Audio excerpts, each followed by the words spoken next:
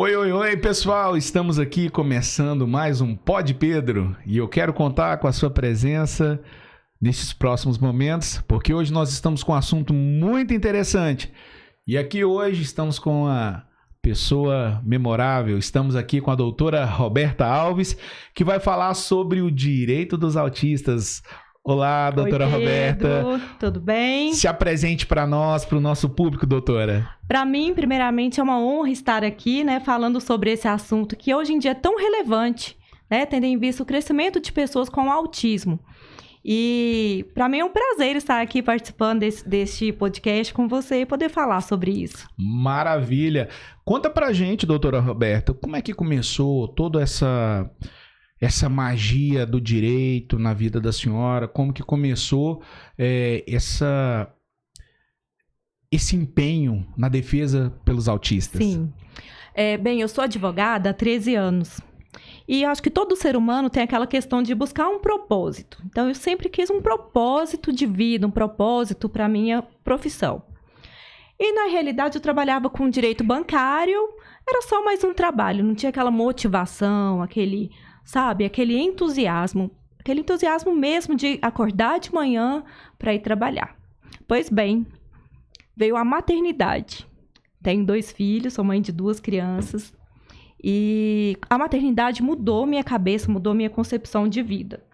O meu filho, ele teve intolerância à lactose. Então, o primeiro ano de vida dele foi muito conturbado. Foi realmente muito difícil para mim, para ele. E minha vida virou assim, um transtorno durante 1 ano. Nesse período, eu lembrei de clientes que me procuravam quando eu atuava com direito bancário e perguntavam para mim: você atua com direito dos autistas? Você sabe os direitos dos autistas? Estou precisando em relação ao plano de saúde. E eu sempre falava não para essas mães. Falava não, indicavam outro profissional. Então, nesse período conturbado, eu lembrei dessas mães que sofriam com seus filhos. Porque não é uma luta fácil. E eu sempre pedindo para Deus um propósito na minha profissão. E certo dia me veio realmente assim na mente e no coração. Eu vou estudar, vou me especializar nos direitos dos autistas. Para eu me dedicar, a minha profissão vai ser dedicada agora a isso. E foi assim que tudo começou. Então eu fiz a especialização e fui atrás dos clientes que já tinham me procurado antes e comecei a trabalhar nessa área. E assim, para quem é leigo, né? Porque assim, muita gente que está assistindo a gente aqui, de repente não tem o conhecimento, não tem o entendimento. Para quem é leigo, como que a gente entende hoje? O que é o autismo? Uhum. Como a gente entende o autista? Como a gente consegue, de repente, até entender qual que é o direito que ele tem? Sim. Pedro, o autismo é um transtorno do neurodesenvolvimento. O que é isso? É uma doença? Não, não é uma doença. É algo que a criança nasce com esse transtorno, nasce com essa dificuldade psicológica, neuropsicológica. Ou seja, essa criança vai apresentar, no decorrer da sua vida, do seu desenvolvimento, algumas limitações. Então, o autismo é isso, transtorno do neurodesenvolvimento.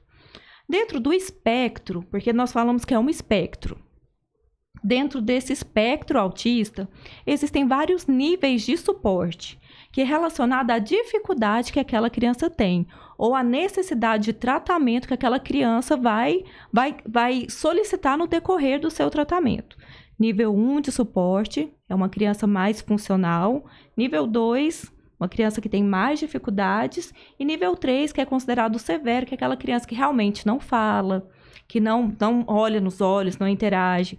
Porque tem aquele estigma, né, de achar que todo autista, que autista não conversa, que autista não olha nos olhos, né, não interage, mas existem os níveis, né?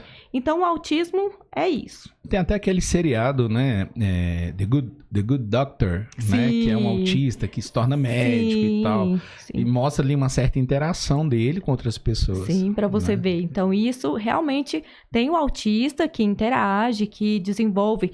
E o principal, Com a terapia correta, com o tratamento correto, essa criança que às vezes ali não fala, não interage, não brinca, ela vai desenvolvendo as habilidades necessárias para se tornar uma criança funcional, independente e preparada para a vida, para estar em sociedade. Oh, maravilha, mas assim, aí a senhora falou de algo relacionado a tratamento. Sim. Tratamento, hoje o autista, ele é tratado com terapia, é tratado com remédios, né, medicação, nutracêuticos, como é que é esse tratamento para o autista? Então, o autista, o principal tratamento para ele é o quê? Terapia. Esse é o principal tratamento, a principal intervenção. São as terapias. O quê? Fono, psicólogo, uma psicomotricista, a psicopedagoga. Então, ele é tratado intensamente através de terapias e também, em alguns casos, são necessários alguns medicamentos. Então, o que acontece? Justamente pela criança necessitar de muitas terapias, os planos de saúde nem sempre cobrem essas terapias. É onde entra a questão, né, da defesa dos direitos dessas crianças, dessas famílias.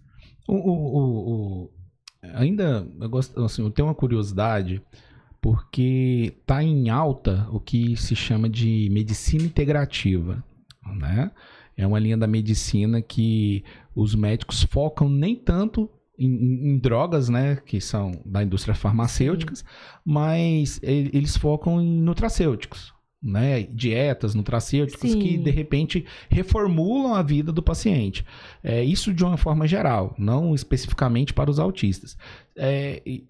Pelo seu conhecimento, pelos seus clientes, que eu acredito que a senhora tenha muitos clientes, tem algum cliente seu que já atua com algum médico da medicina integrativa, ou até mesmo a senhora já de repente tem alguma parceria, algum alinhamento? Olha, Pedro, nenhum dos meus clientes eu tive essa experiência que atuaram, né, que fizeram esse tratamento. Já vi alguns estudos que realmente relatam uma melhora, né, uma melhora muito grande para a criança autista fazendo esse tratamento, desintoxicando o organismo, mas o que eu acompanho na minha vivência, no meu trabalho, no meu dia a dia, realmente, a melhor é o quê? Através de terapias. São as terapias intensivas e contínuas, né, que realmente faz a diferença na vida daquela criança. E como que é o acompanhamento dos pais? Pais que eu me refiro tanto os pais quanto as mães. Dessa criança que é autista.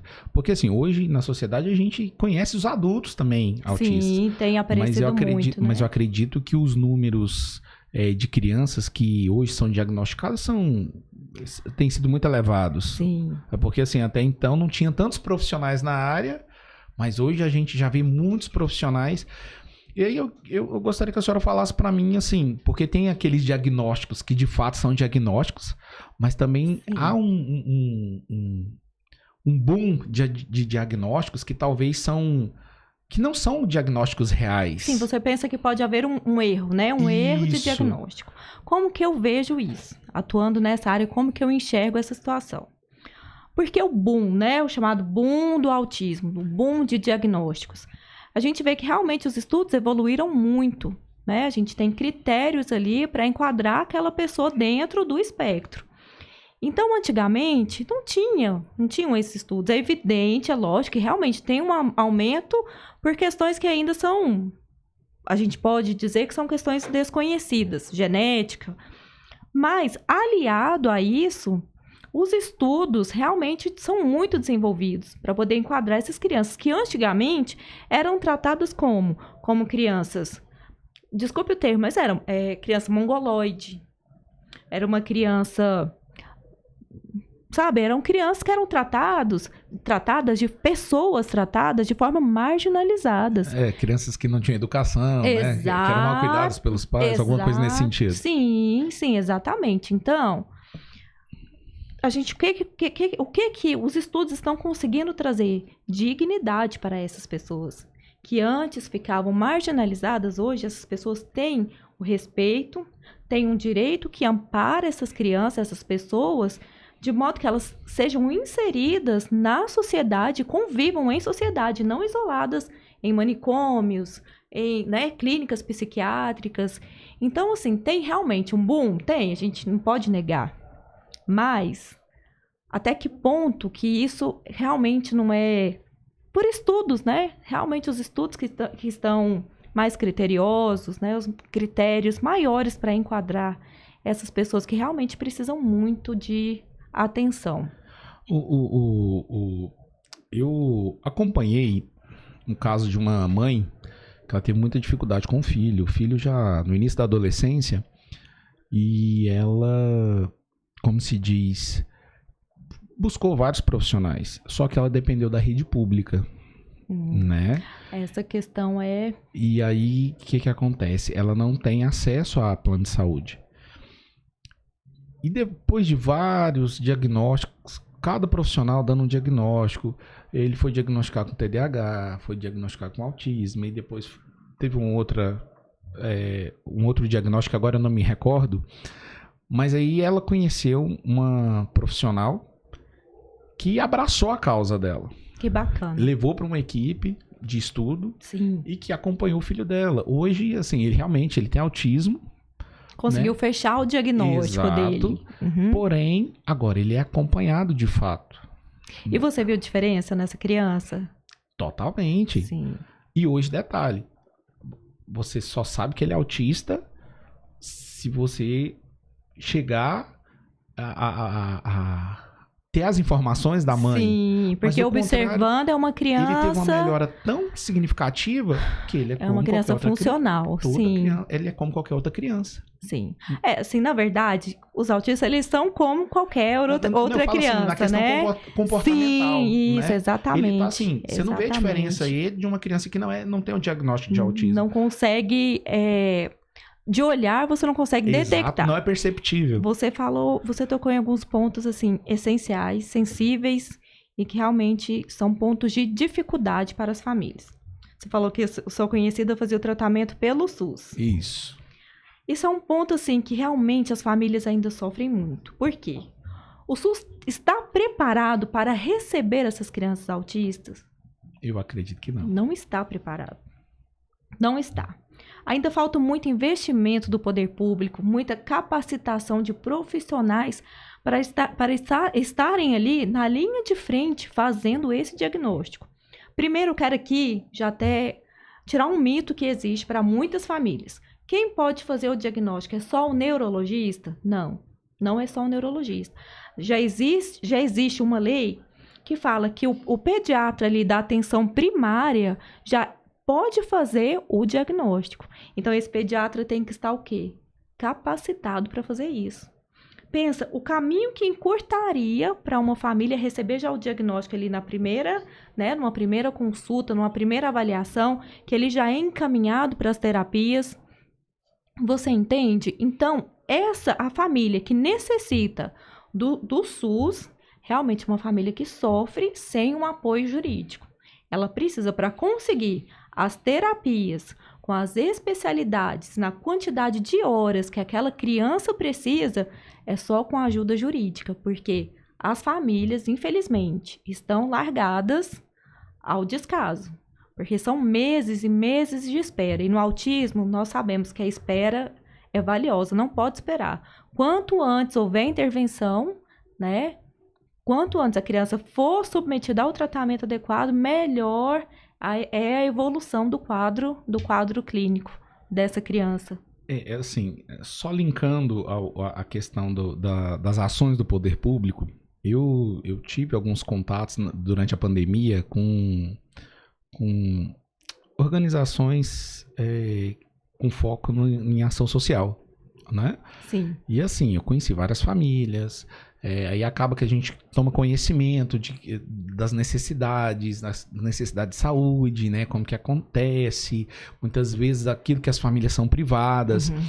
E assim, e a gente começa a ter mais um pouquinho, né? Um pouco mais de conhecimento. Sim. Nós começamos a aprofundar. Uhum. E uma situação assim, hoje nós percebemos que muitas famílias com menos poder aquisitivo, vamos dizer assim, uhum. elas tentam via poder público, no caso das mulheres, fazer laqueadura, Sim, né? No caso dos sim. homens, fazer vasectomia. Mas, por exemplo, hoje, se você der entrada hoje um homem para fazer uma vasectomia, que eu acredito que deveria ser um procedimento, deveria fazer vários no dia.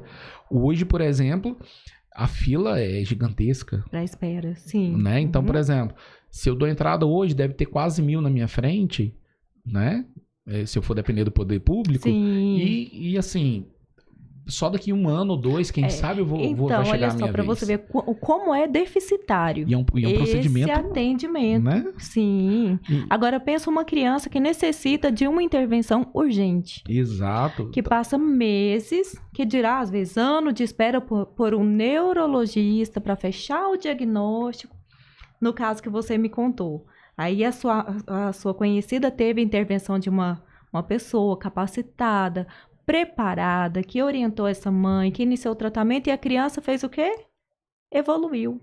E foi uma evolução, assim, fantástica. Ah, é maravilhoso. Isso é maravilhoso de ouvir. E assim, eu quero aproveitar essa deixa, né, sobre a questão das ações do poder público em relação aos tratamentos. Como é que a gente equilibra isso? Como é que a gente equipara isso relacionado aos planos de saúde, ou até mesmo o pai que tem condição, como é que ele busca isso? Ou de repente até algum benefício, né, por vias particulares. Como é que funciona isso? Então, o que acontece, Pedro? Falei do poder público, né? Falei mal, porque realmente está mal. Plano de saúde, infelizmente, também não está tão distante assim. Ainda oferece para o autista migalhas. É isso que o plano de saúde tem oferecido. Por quê? O autista, como eu falei, isso aqui eu vou falar muito disso, porque realmente essa é a minha luta diária, por um tratamento digno, por um tratamento intensivo e principalmente um tratamento conforme laudo médico. Tem que estar ali conforme o laudo que o médico prescreve. Existem crianças que faz até 40 horas de terapia por semana. Necessita, né? Necessita de 40 horas. É muita terapia, não é? O que o plano de saúde faz? O pai vai lá, trabalha, rala, paga lá no fim do mês aquela mensalidade cara do plano de saúde para ter acesso ao serviço de saúde. Aí o plano de saúde vai lá e libera 5 horas de terapias por semana. 2 horas de terapia para uma criança que precisa de 40. Porque o que o plano de saúde vai levar em consideração? 10% aproximadamente da necessidade. Aí, assim, você acha que essa criança vai ter o desenvolvimento adequado? Não vai. Não vai ter. Então, essa é a nossa luta, essa é a minha luta, porque plano de saúde também insiste em negar terapias, nega tratamento, nega terapia, fala que não tem vaga. Gente, isso não existe. E muitos pais sofrem por não conhecer os direitos que eles têm, o direito que os seus filhos têm, sabe? E a partir do momento que esses pais conhecem, sabem, pais, os seus filhos têm direito a um tratamento integral, a um tratamento amplo. O plano de saúde do seu filho tem que cobrir tanto as terapias que ele precisa, prescritas pelo médico do seu filho, não só as terapias, mas também as especialidades que o médico sugere para o tratamento, prescreve. Por exemplo, a terapia ABA, plano de saúde tem que fornecer terapia ABA para o seu filho. São 20 horas de terapias, o plano não pode fornecer 5, 3. Muitos pais, não sabendo disso, aceitam que o plano de saúde, a migalha que o plano de saúde oferece. Por quê? Não sabe que tem direito ao tratamento amplo. Isso é uma garantia legal para o autista. Que o plano de saúde, muitas vezes, não cumpre. Na maioria das vezes. O que os pais de autistas mais ouvem é não. Não, essa terapia não pode. Não, essa carga horária nós não cobrimos. Não, isso não, não e não e não. Então, é preciso, sim, que os pais conheçam os direitos e lutem, não deixem de lutar. Porque acho que eu vou me estender um pouco aqui, Pedro, mas fica porque realmente isso, assim, é onde mexe mesmo comigo, assim. Porque a partir do momento que os pais conhecem, né, tomam conhecimento, que para mim é libertador. Não, meu filho tem esse direito. Pais, não fiquem, não se acanhem por lutar pelos direitos dos seus filhos. Porque, é assim, um pai luta, ele é uma porta que é aberta para o pai que vem atrás, a família. Eu falo pai, a família, né? Tô puxando o saco aqui do Pod Pedro. Vou aproveitar. Mas, Pedro, e eu vou te falar aqui, talvez você até saiba que a protagonista disso é a mãe, né? É a mãe. É o que eu ia te perguntar, porque assim, eu não sei hoje quais são os números. Eu acredito que deva ter uma estatística de números de autista hoje na região. No caso, assim, Goiânia, Goiás, Brasil, não sei como é que funciona essa estatística. Se existem esses números, eu te confesso que eu não pesquisei, nunca pesquisei sobre isso. Mas, baseado nesse quantitativo, se é que tem esse número, esse quantitativo, quantos pais que de fato buscam, pais de uma forma geral, a família, quantas famílias que buscam esses direitos, né? Uhum. Seja no tratamento, ou seja até mesmo naquelas que o governo oferece. Ah, sim, né? O benefício. Isso, você fala o benefício financeiro, exato. Sim, que seria o LOAS, BPC, na verdade. Né? Desde esses benefícios que são cobertos pelo governo, ou até mesmo outras coisas. Quantos de fato, se a gente for pesar na balança, qual que é o percentual de pais, né, que procuram esses direitos? Pedro, assim, na verdade, sai um estudo aqui do Brasil recente, eu não lembro os números de cabeça agora, porque os estudos que tinham, ao quantitativo, eram estudos norte-americanos. Eu sei que o último, se eu não me lembro, estava a cada 31 pessoas, uma era autista, era algo assim, só que é um número crescente. Isso, número Brasil? Não, norte-americano, com base nos estudos lá dos Estados Unidos. Mas tem uma pesquisa recente, não tem ainda, não que eu saiba. A nível regional ainda não vi essa pesquisa. Mas tem a nível Brasil. Sim, saiu a quantidade em milhões de pessoas. Não sei se estou falando bobeira, não lembro do número. Mas enfim, é um número grande de pessoas diagnosticadas que recebem diagnósticos. A gente sempre fala assim, criança, porque a maioria procura ali no começo, né? Nos primeiros anos ali, mas tem os autistas adultos também. Mas, enfim, o percentual também de famílias que procuram, eu não sei exatamente. O que eu observo quando uma mãe me procura é o desconhecimento, realmente, o desconhecimento dos direitos do filho. Que quando acende uma luz, fala assim, meu filho tem direito a isso, né? Vem conversar comigo, olha, meu filho tem direito a isso, o plano tá fazendo isso. Então, assim, e muitos pais ainda revelam para mim, me relatam um medo de tomar a iniciativa de ter aqui uma ação judicial contra o plano. Tem medo de retaliação, tem medo de cancelamento. Então, assim, eu vejo que a minoria dos pais, realmente, que tomam a atitude de ir atrás, de lutar, buscar esses direitos, né? Não por má vontade, realmente por desconhecimento ou por medo. Mas poucos pais, poucas famílias ainda lutam por isso, ainda vão atrás mesmo. Eu lembro que eu vi uma entrevista com uma psicopedagoga e ela disse que a maior dificuldade que ela tem não é no tratamento do autista, mas da família dele.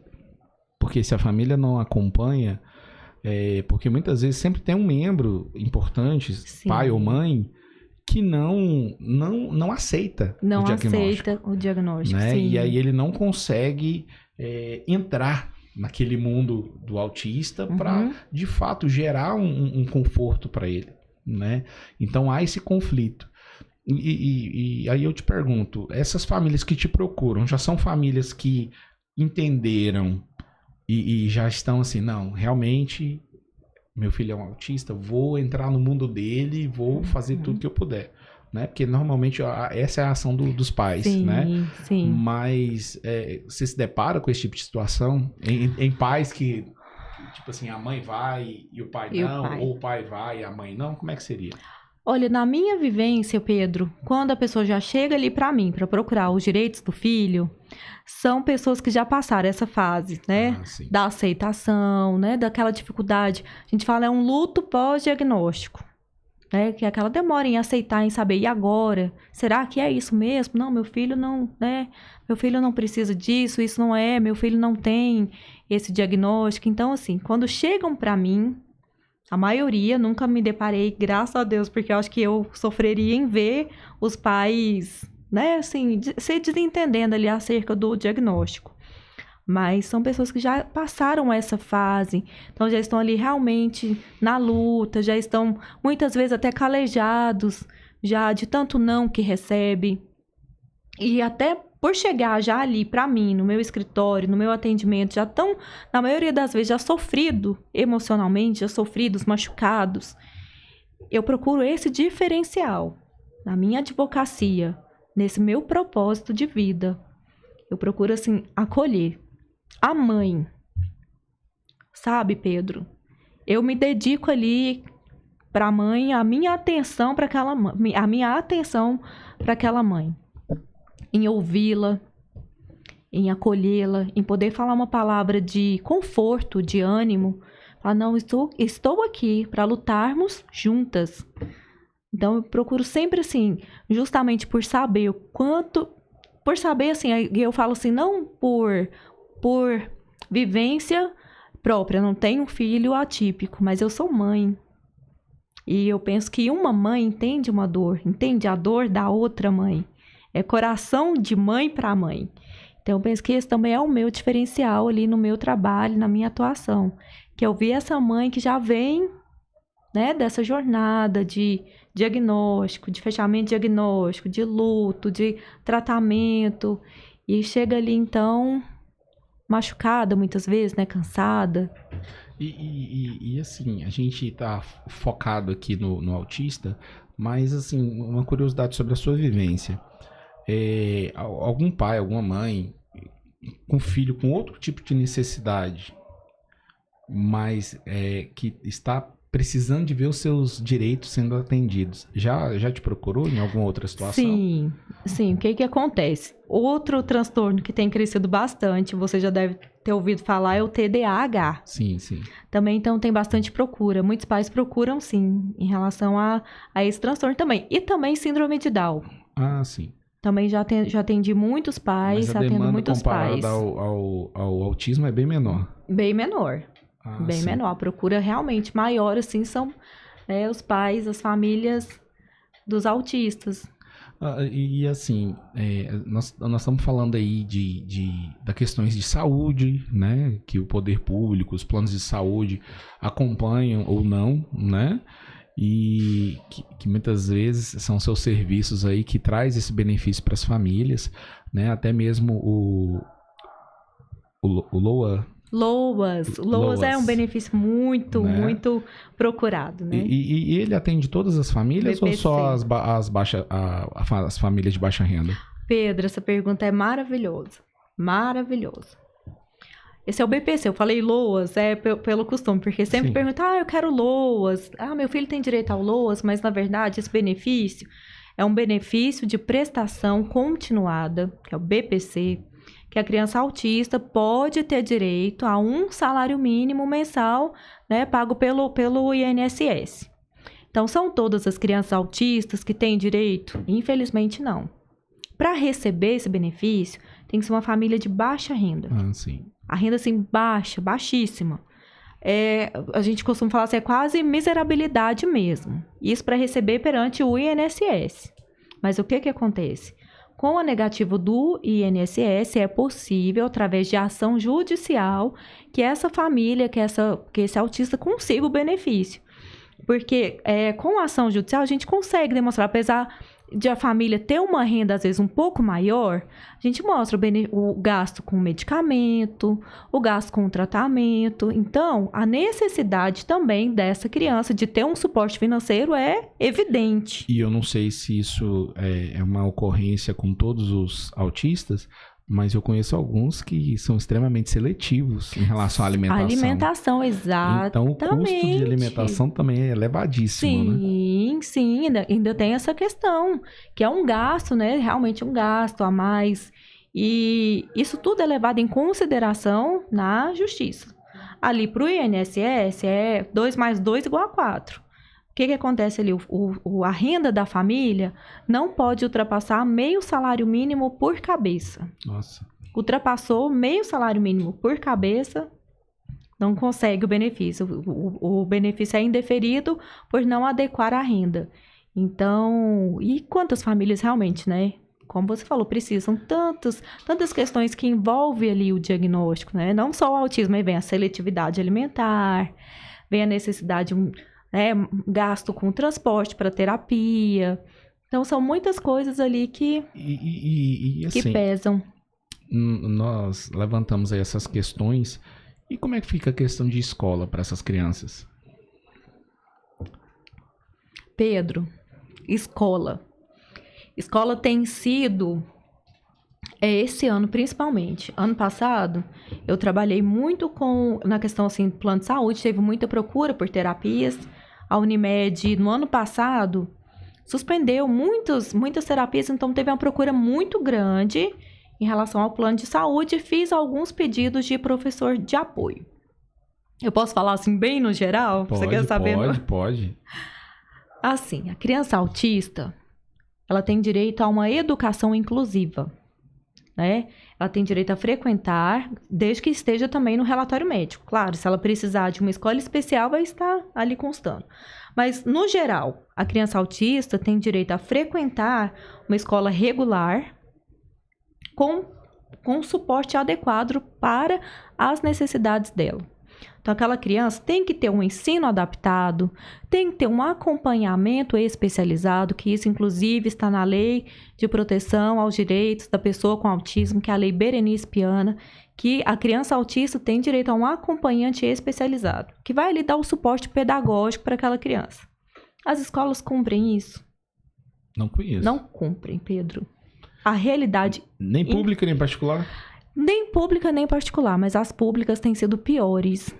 Tenho recebido mães realmente, assim, machucadas, porque você, como pai, você manda o seu filho para a escola esperando que ele vá lá fazer o quê? No mínimo um aprendizado, né? Fazer uma tarefa, não é verdade? Você pega o caderninho do seu filho, não pega? Com certeza. Olha para ver qual a tarefinha que está sendo feita.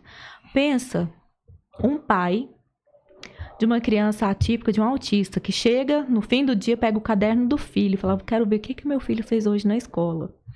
Abre o caderninho do filho e está tudo rabiscado. O que você vai pensar? O que meu filho aprendeu na escola? Quem estava observando o meu filho fazer tarefa? Quem estava dando um suporte para o meu filho? Às vezes é uma criança que não se comunica bem, ainda não tem a comunicação desenvolvida. É uma criança que não sabe se expressar. É uma criança que se desregula, porque, igual eu falo, é normal. O Estevão, eu sempre uso o Estevão, meu filho, meu primeiro filho, sempre como exemplo, porque ele é mais trabalhoso. O Estevão, apesar de ser uma criança, né, típica, ele deu muito trabalho para ir para a escola. Ele chorou nos primeiros dias de aula, porque isso é um normal. A escola já é um ambiente que traz aquela ansiedade normal. Muda tudo, né? Exato. A criança ali separa dos pais, né? Tá, ó, tô longe do meu pai e da minha mãe, já é naturalmente, não é? Imagino que os seus filhos também... Não, minha menina não deu esse trabalho, não, mas meu caçulinha até mordia a professora. É mesmo? Olha só, tá vendo? Pensa, então, ele deu a desregulada dele lá, tirou né? ele da zona de conforto. E a menina foi bem porque a mulher é mais independente. É. Mas enfim, aí um pai pega o caderno do filho, voltando, né, para o nosso... E tá ali, tarefinha rabiscada. Tá ali, uma criança chega com um machucado, que cai, porque a criança desregula, como a gente estava falando, é normal... Da criança, normalmente, uma criança típica, é um ambiente, inicialmente ele é hostil, tá longe dos pais. Pensa uma criança que necessita de um suporte adequado, de um olhar atento. Essa criança não recebe. A maioria delas, eu posso te afirmar, que eu tenho recebido de pais, de relatos de pais, que as crianças ficam abandonadas em escola, nas escolas públicas. Eu vou falar pelas públicas, não vou falar todas, eu não conheço todas, claro, mas... Eu vejo muito, assim, que falta um olhar mesmo do poder público para essas crianças. Que elas precisam ser tratadas com dignidade. Elas vão para a escola não é para passear. Elas vão para a escola para quê? Elas aprender, têm o direito a aprender, que seja da forma delas, né? Que seja da forma com as limitações, com as limitações comportamentais, cognitivas e motoras. Mas existe, Pedro, vou falar demais, Pedro. Fica à vontade. Vou falar muito. As crianças autistas têm direito a um plano de ensino individualizado.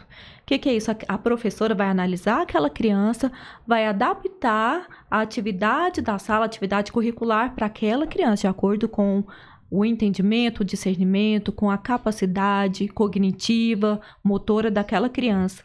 O que é isso? Isso é inclusão. Sabe, Pedro, eu vejo assim, as pessoas falam muito em inclusão, vamos incluir. Sim, eu acho que é legítimo. Sabe, tem muitas bandeiras que são levantadas, mas precisa a gente realmente levantar essa bandeira. Nós, pais típicos, atípicos, levantar essa bandeira da inclusão. Porque essas crianças, elas, na maioria das vezes, não estão sendo vistas. E elas são dignas de serem tratadas como as outras crianças, dentro das diferenças ali, um suporte adequado. Então, escolas, por favor, gestores de escolas particulares, a criança autista, ela tem direito a um apoio, a um profissional especializado ali para dar um apoio para ela, para auxiliar ao fazer as tarefas, auxiliar a relação com os coleguinhas, porque para o autista não é fácil, a interação social não é fácil, e é no ambiente escolar também que ela desenvolve isso, além das terapias em consultório, ali no ambiente escolar também. Então, realmente, eu vejo que falta muito. Graças a Deus existem as leis. Tu colocou um ponto interessante, que é em relação ao profissional estar à disposição ali para acompanhar essa criança. Sim. Né? É um ensino individualizado, né? Uma assistência individualizada. Sim. Mas eu te faço uma pergunta.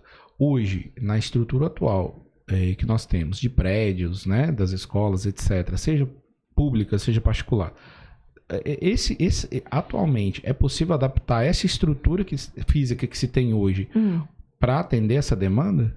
Acredito que sim, Pedro.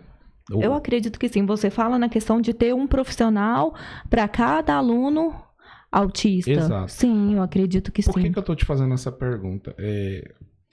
Pela ética, nós não vamos citar nomes, né? Mas eu e minha esposa, nós temos uma amiga que ela é professora, acho que é primeiro ano, segundo ano, alguma coisa assim. Ela tem 15 alunos. Dos 15, 9... São autistas? São... Entre esses 9 são alguns autistas e outros com TDAH. Sim. E um com 2, com os dois diagnósticos. É comum. Né? Comum. E aí o que acontece? Ela não tem suporte nenhum. E a escola não dá esse suporte. Porém, ela por iniciativa própria, entendeu? Muitas vezes ela tem que dobrar o trabalho dela em casa, ou triplicar, para ela ter um material que atenda os autistas, os TDAHs e os típicos, as crianças típicas. Certo? Então, assim, isso é uma motivação dela, porque ela tem prazer nisso.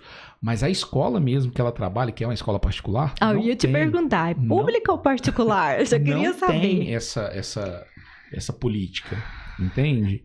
Tanto é que, assim, ela fala, cara, fisicamente eu estou exausta. Imagino. Minha mente, assim, já ultrapassou todos os limites. Sim. Mas ela, pelo amor que ela tem à profissão dela, ela faz isso.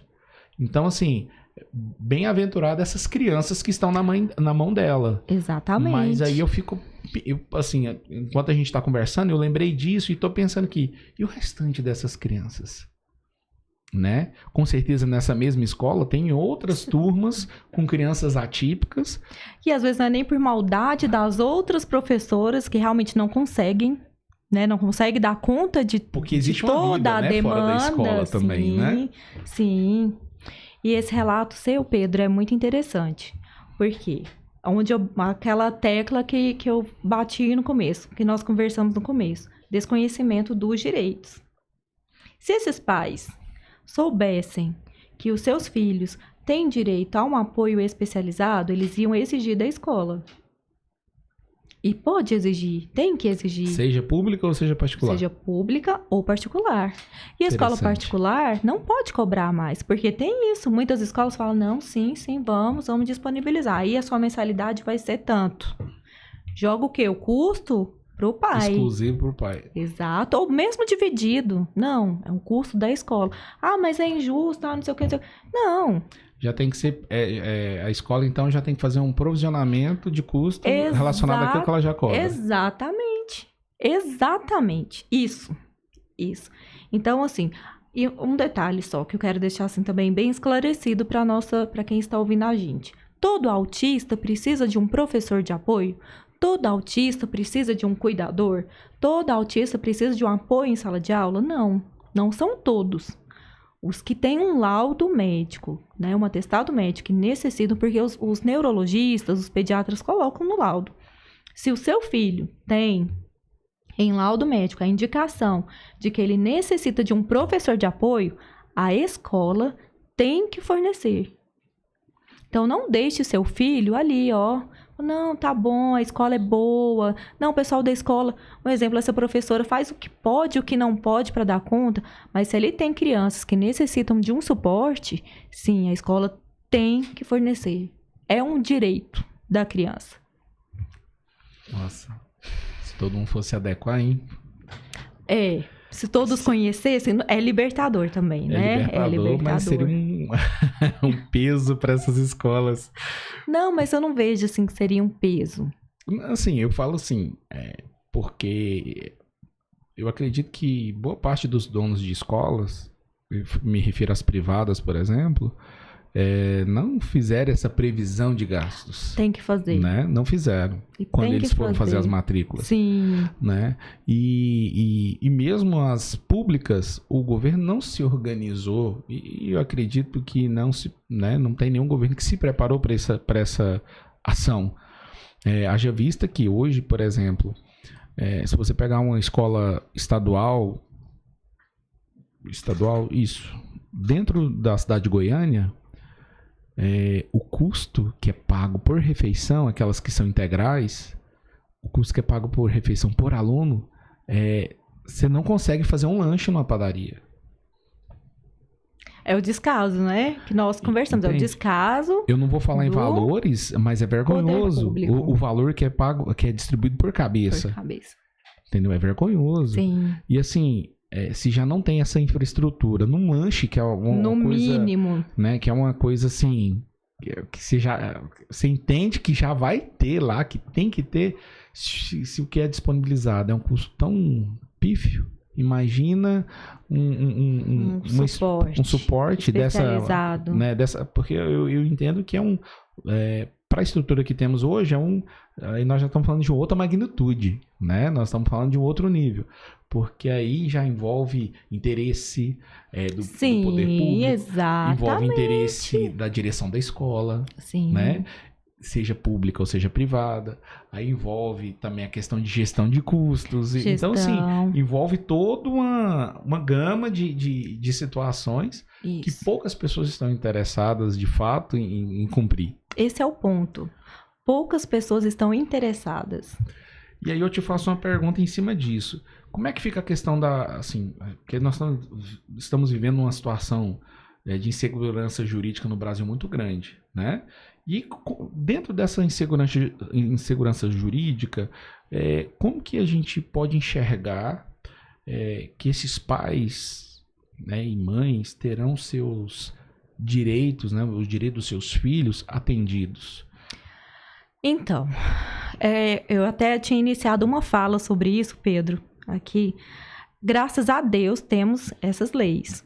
Muitas mães, por diante de tanto sofrimento, diante de tanto não que leva, falam, mas a lei é só no papel, não consegue, não aqui, não ali, a gente não consegue nada. E realmente, isso é uma verdade.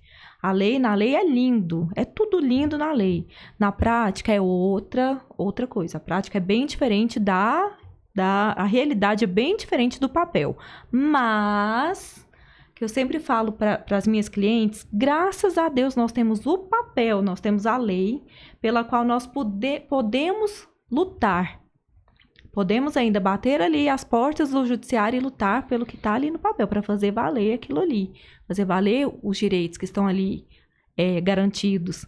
Então, depende de cabeça do juiz? Depende. Depende da interpretação que o juiz dá para aquela lei? Depende. Depende de vários fatores. Mas a lei existe, garantias estão ali, né? Garantias estão estabelecidas, estão fixadas. Então, é um motivo para lutarmos. Lutarmos e não desistir. Pior seria se não tivesse esses direitos. Isso sim seria terrível. Você lutar sem ter um embasamento legal. Então, a gente tem ali um arcabouço legal, né? Diversos dispositivos de lei que estão ali para proteger essas famílias e dando um direcionamento por onde começar essa luta. Que eu li uma frase muito interessante. O não é o fim. O não é o começo de uma luta, né, para fazer valer esse direito. Então, é ali que começa realmente a gente lutar para efetivar o que está no papel e trazer para a realidade dessas crianças que tanto precisam. Nossa, o não, eu gostei disso daí. Profundo isso, hein? Quando eu vi essa frase também, mexeu muito comigo. Rapaz. Nossa, traz uma reflexão bacana. Sim. Traz uma reflexão bacana. E eu quero aproveitar essa deixa. Eu gostaria que você deixasse um recado focado nos pais, né? Dos autistas. E até mesmo aqueles autistas hoje que são adultos, né? Que ainda não têm os seus direitos alcançados. Eu gostaria que a senhora deixasse um recado para eles. Então, famílias atípicas, conheçam os direitos dos seus filhos. Conheça os seus filhos, têm direitos pelos quais vale a pena lutar.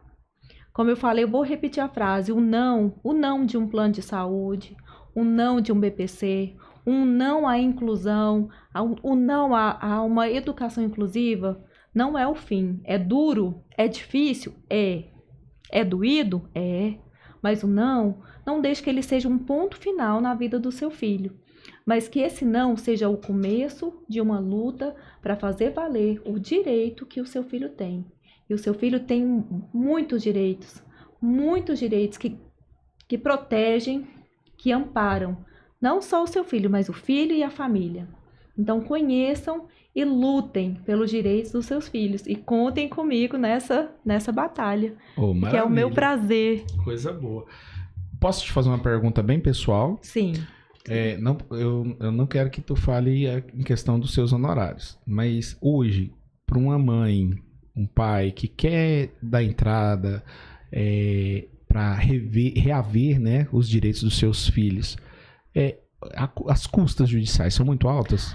A custa judicial, eu consigo, na maioria das vezes, a isenção. Sim. Porque são direitos de crianças, na maioria das vezes, e crianças não pagam as custas do processo. Certo. Existem entendimentos, né, de alguns tribunais que isentam as crianças de pagar a custa de processo. O beneficiário é ele. Sim, ele é representado pelo pai.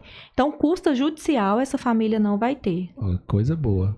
Isso tem o custo com advogado, né? Não, sim, seria os honorários, né? Sim, tem os honorários do advogado. Mas isso aí, eu sei que a senhora generosa vai negociar aí. Sim, sempre. Muito bem com essa família de te procurar.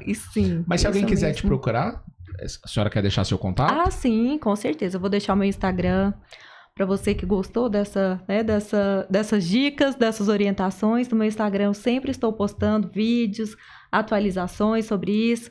Então é ADV_Roberta Alves. Anota aí, viu? Profissional de primeira linha. E sigam, gente. Sigam lá no meu Instagram. Aproveita, segue lá no Instagram, dá uma moral aí, vamos ajudar a fomentar a profissão da doutora Roberta. Vamos divulgar, né? Os direitos. E o que a senhora me diz sobre família? Isso já é pessoal. Família? Família é um projeto de Deus e é meu porto seguro. Casamento? Casamento é a aliança de Deus na terra. É a extensão da aliança do Senhor conosco, nós com nossos cônjuges. Amigos. Amigos são anjos que Deus nos deu. Maravilha. Shakespeare, ele diz, amigos são a família que Deus nos permite escolher, né? Então, é uma frase que eu tenho meditado nisso e tenho procurado fazer muitos amigos. Eu ainda não cheguei lá não, mas vou chegar lá, se Deus quiser. E eu quero te agradecer, doutora Roberta, foi um prazer enorme esse bate-papo.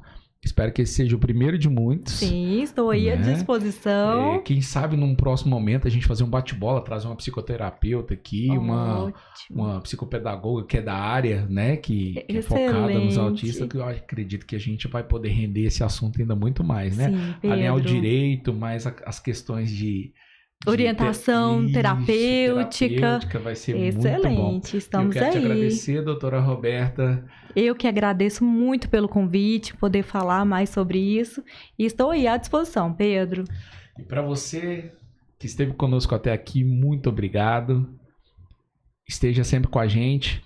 Logo, logo vem o próximo Pod Pedro. Tamo junto.